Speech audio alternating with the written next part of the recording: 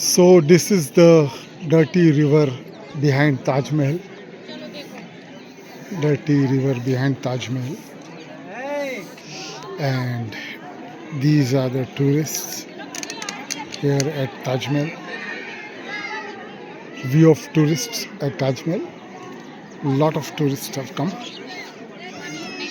Lot of tourists have come, and today is Saturday, 28th March 2026, and being a weekend, there are a lot of tourists here.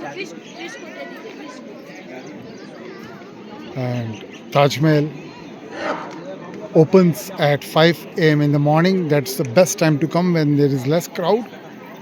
But as of now, there are a lot of tourists here, a lot of people here, and it's very, very crowded.